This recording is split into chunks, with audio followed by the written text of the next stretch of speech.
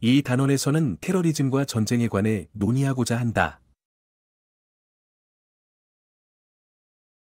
수학이라는 것은 곧 이 세상을 구성하는 법칙이기도 하여 테러라는 것에 수학적으로 접근해 보았을 때 연간 교통사고로 인한 사망자보다 테러에 의한 사망자 수가 훨씬 더 적다는 사실이다. 그럼에도 불구하고 우리들은 교통사고보다 수백 배는 더 민감하게 테러에 반응하고 있다. 테러가 발생했다고 하면 거의 전쟁이 벌어진 것처럼 행동하며 외출을 삼가거나 출근을 거부하는 사람도 있을 지경이니 말이다. 테러는 대부분 이러한 반응을 노리고 벌어지기 때문에 민간이 테러의 대상이 되는 경우가 대다수이다. 테러범들은 심리 조종의 대가들이다. 거대한 정치 구조물까지 뒤흔들 줄 알며 사망자도 2만 5천 명에 이른다. 반면 교통사고로 숨지는 사람은 약 125만 명, 당뇨병 등의 만성질환으로 숨지는 사람도 연간 350만 명이나 되고 대기오염으로 인한 사망자도 연 700만 명에 이른다. 그런데도 왜 우리는 교통사고와 질환보다 테러리즘을 더 두려워할까요? 테러리즘이란 말 그대로 물리적 피해를 가하는 것이 아니라 공포를 퍼뜨리는 방법으로 정치 상황을 바꾸려 드는 군사 전략이다. 테러범들은 적의 물리적 힘에는 거의 흠집을 내지 못하더라도 공포와 혼란을 일으키면 적이 멀쩡한 힘을 잘못 사용하고 과잉 반응할 것으로 기대한다. 또한 격양된 적이 막대한 힘을 자신에게 나쁜 방향으로 사용하면 테러범 자신들이 조장할 수 있는 것보다 훨씬 더 과격한 군사적, 정치적 폭풍을 자초할 것으로 계산한다. 이렇게 되면 예측할 수 없는 일들이 속출하고 적이 실수를 거듭하며 여론이 흔들리게 된다. 결국 중립적인 인사들마저 입장을 바꾸면서 힘의 균형이 이동한다. 조그마한 파리가 도자기 가게를 부술 수는 없지만 황소의 귀 속으로 들어가서 윙윙대기 시작한다면 황소가 미쳐 날뛰면서 도자기 가게를 부술 것이다. 여기서 파리가 테러범과 같은 역할이다. 테러리즘은 군사 전략으로는 아주 변변찮은 것이다. 모든 중요한 결정을 적의 수중에 남겨두기 때문이다. 적의 무기나 선택권을 제거하지 않은 채 반격에 나서도록 도발하는 것은 다른 선택지가 없을 때에만 택하는 필사적인 행동이다. 적에게 물리적 치명상을 가할 수 있을 때는 그 누구도 그 대신 테러를 택하지는 않는다. 하지만 테러범들은 선택의 여지가 별로 없다. 그들은 너무나 약해서 독자적으로 전쟁을 일으킬 수도 없다. 그러다 보니 대신 극적인 광경을 연출함으로써 적을 자극해 그들로 하여금 과잉 대응에 나서도록 하고 과잉 대응이 테러범들보다 우리의 안전에 훨씬 더 큰 위협으로 다가온다. 9.11 당시 대부분 쌍둥이 빌딩을 무너뜨렸다고 답할 것이다. 하지만 그날 공격은 펜타곤 공격의 성공은 특기할 만했다. 펜타곤이 상대적으로 납작하고 얌전한 건물인데 반해 쌍둥이 건물은 길쭉한 남근 토템의 형상이어서 무너질 때 막대한 시청각적 효과를 낳았기 때문이다. 테러에 따른 물질적 피해는 사실상 무시할 만한 수준이어서 이론상으로는 국가가 할 수 있는 게 없거나 아니면 언론에 노출되지 않도록 강력하지만 조심스런 조치만 취할 수 있을 것이다. 하지만 가끔씩 국가는 이성을 잃고 너무 강력하게 그리고 공개적으로 대응을 할 때면 테러범들의 손에 놀아나게 된다. 국가가 그런 도발을 이겨내기 어려운 것은 정치 폭력이 없도록 하겠다는 정당성을 두었기 때문이다. 정당성의 기반을 훼손하는 것처럼 보이는 아주 사소한 문제라도 정치체제가 무너질 수 있다. 이런 두려움을 가라앉히기 위해 국가는 결국 테러 극장에 자신들의 안보 극장으로 대응한다. 사실 테러에 맞서는 가장 효율적인 대응법은 우수한 정보와 비밀 작전을 동원해 테러를 지원하는 금융망을 차단하는 것이다. 또 첫째, 정부는 테러망을 겨냥한 비밀 행동에 초점을 맞춰야 하고, 둘째, 미디어는 사건을 다룰 때 균형 잡힌 시각을 유지하고 과잉 반응을 피해야 한다. 테러의 극장은 선전 없이는 성공할 수 없다. 마지막으로는 우리 개개인의 상상력이다. 테러범들은 우리의 상상력을 납치해서 우리에게 불리하도록 활용한다. 따라서 테러의 궁극적인 성패는 우리에게 달렸다. 오늘날 일어나는 테러의 대부분은 가상의 공포는 낳는데 반해 미래의 핵테러나 사이버 테러, 바이오 테러는 훨씬 더 심각한 위협이 될 수 있다. 정부는 급진 단체를 감시하고 그들이 대량 살상 무기를 수중에 넣지 못하도록 조치를 확실히 취하기는 해야겠지만 핵테러의 공포와 다른 위협적인 시나리오들 사이에서 균형을 잡아야만 한다. 테러와의 전쟁을 추구하는 과정에서 미국과 동맹국들은 지구 전반에 막대한 파괴를 초래했을 뿐 아니라 경제학자들이 말하는 기회비용을 유발했다.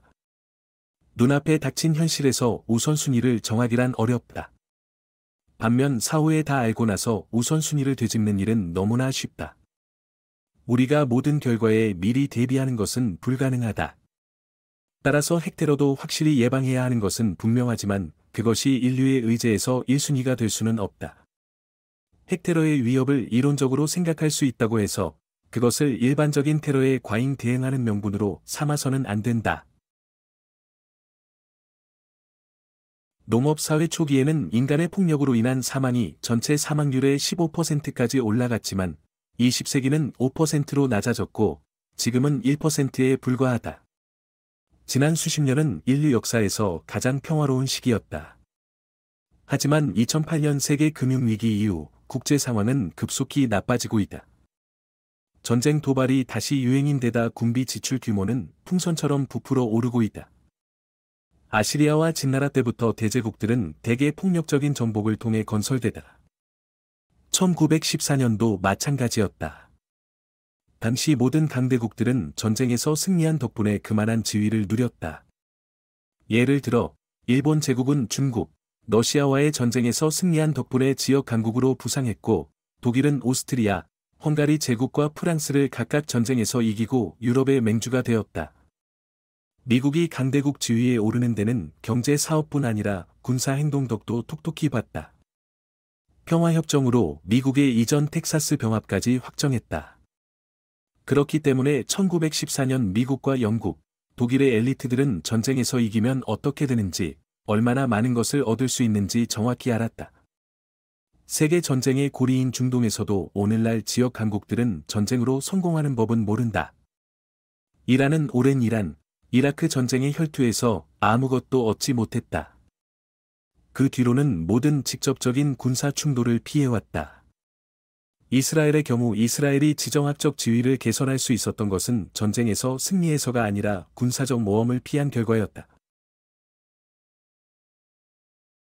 21세기 들어 지금까지 주요 강대국이 다른 나라를 침공해서 성공한 유일한 사례는 러시아가 크림 반도를 정복한 것이다. 정복에 성공한 것은 이례적인 환경 요인들이 결합한 결과였다. 실제로 러시아가 크림 반도에서의 성공을 우크라이나의 다른 지역에서 재현하려 했을 때는 상당히 완강한 반대에 직면했고, 동부 우크라이나에서 벌인 전쟁은 아무 성과도 없이 교착 상태에 빠졌다. 종합적으로 봤을 때 21세기 초 러시아가 카카스와 우크라이나에서 벌인 전쟁을 아주 성공적이었다고 평가할 수는 없다. 덕분에 러시아는 강대국으로서 위신을 세우기는 했지만 동시에 자국을 향한 불신과 반감 또한 키웠다. 경제적으로 봤을 때는 미친 장사였다. 모스크바는 호기로운 말을 쏟아내지만 러시아 엘리트 자신이 10중 8구 군사적 모험의 실제 비용과 이득을 잘 알고 있다. 지금까지 상황을 더 이상 키우지 않으려고 대단히 조심한 것도 그 때문이다. 러시아 엘리트들은 21세기에 와서 군사력만으로는 멀리 갈 수 없으며 성공적인 전쟁이란 제한적인 전쟁이라는 사실을 누구보다 잘 아는 것처럼 보인다.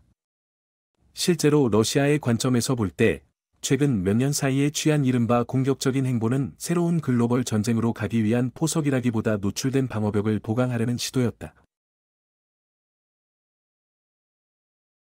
21세기에는 주요 강대국들이 성공적인 전쟁을 수행하기가 그토록 어려운 이유는 뭘까요? 한 가지 이유는 경제의 성격이 변했다는 사실이다. 과거에는 경제 자산이 주로 물질이었다. 하지만 21세기에 과거와 같은 방법으로는 푼돈밖에 벌지 못한다. 오늘날 주요 자산은 밀밭이나 금광, 심지어 유전도 아닌 기술적, 제도적 지식으로 이루어져 있다. 원자폭탄이 개발되면서 세계대전은 승패와 상관없이 집단 자살을 의미하게 되었다. 21세기 제국주의의 출현을 막는 또 다른 변수는 사이버 전쟁이다. 지금처럼 무력 위협과 흉흉한 기운이 가득한 세계에서 그나마 우리가 평화를 기대해 볼 수 있는 것은 주요 강대국들이 최근의 성공적인 전쟁 사례는 별로 접해본 적이 없다는 사실이다. 어떻게 하면 우리는 민족과 종교와 문화가 세계에서 차지하는 실제 위치를 보다 현실적이면서도 겸허하게 만들 수 있을까요? 전쟁은 무수한 가족과 개인에게 상실과 고통을 안겨주며 국가 간의 관계와 국제적 안보에 심각한 영향을 미친다. 이에 따라 우리는 군수산업을 발전시키기보다도 다른 차원에서 테러나 전쟁에 대해 해결하기 위한 노력을 기울일 필요가 있다. 먼저, 국제사회에서는 갈등의 원인을 조기에 파악하고 이를 해소하기 위한 외교적 노력을 증진시켜야 한다. 국가 간의 의사소통 채널을 개선하고 갈등 지역에서 중재와 조정을 위한 국제기구의 역할을 강화함으로써 갈등의 뿌리를 제거할 수 있다. 두 번째로, 평화 유지를 위한 국제적인 기구와 협약을 강화해야 한다. 유엔과 같은 국제기구는 국가 간의 협력과 갈등 조정을 위한 중요한 역할을 수행할 수 있다. 국제적인 협약을 통해 국가들 간의 평화적 상호작용을 촉진하고 갈등을 예방하는 데 기여할 수 있게 된다. 세 번째로, 교육과 문화 교류를 통한 이해, 증진이 필요하다. 서로 다른 문화와 가치관을 이해하고 존중함으로써 갈등의 원인을 최소화할 수 있다. 국제 교류 프로그램과 국제 교육을 통해 다양한 배경을 가진 인구들 간의 이해관계를 강화하고 평화로운 공존을 촉진할 수 있다. 끝으로, 사회적, 경제적 발전을 지원함으로써 안보를 강화해야 한다. 경제 개발은 안정과 번영을 가져오며 국가 간의 갈등을 예방할 수 있는 가장 강력한 수단이다. 국제사회는 개발도상국 지원 및 빈곤 해결을 위한 노력을 계속 강화하여 모든 국가가 안정적이고 번영하는 환경에서 살아갈 수 있도록 도와야 할 것이다. 전쟁은 윤리적으로 보았을 때 최후의 수단으로 삼을 때에만 선택해야 하며 그 전에는 평화적인 해결책을 모색하고 촉진해야 한다. 국제사회는 협력과 이해, 개발과 교육을 통해 평화를 유지하고 전쟁으로 인한 인류의 비극을 최소화할 수 있는 길을 찾아가야 할 것이다.